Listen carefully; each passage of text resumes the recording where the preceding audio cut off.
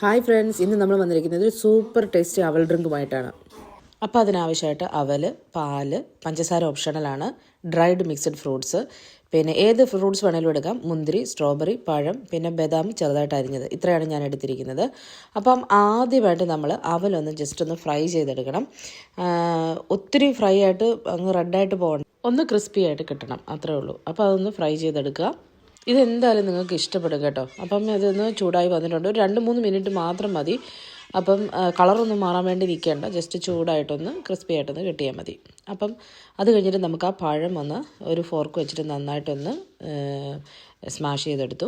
അത് കഴിഞ്ഞിട്ട് അതിലേക്ക് അല്പം പഞ്ചസാര ചേർക്കുന്നു. എന്നിട്ട് നന്നായിട്ടൊന്ന് മിക്സ് ചെയ്ത് കൊടുക്കുന്നു.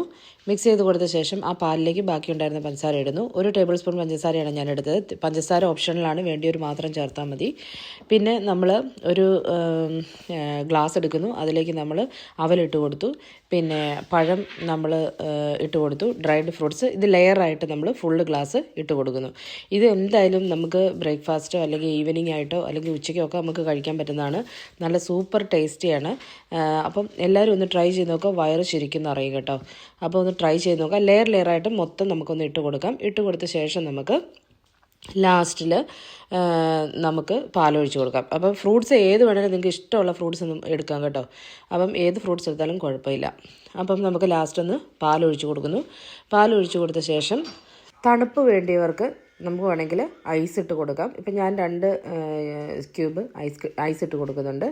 പിന്നെ ആ ബദാം നമ്മൾ അരിഞ്ഞ് വെച്ചത് അതിലേക്ക് ഇട്ട് കൊടുക്കുന്നു.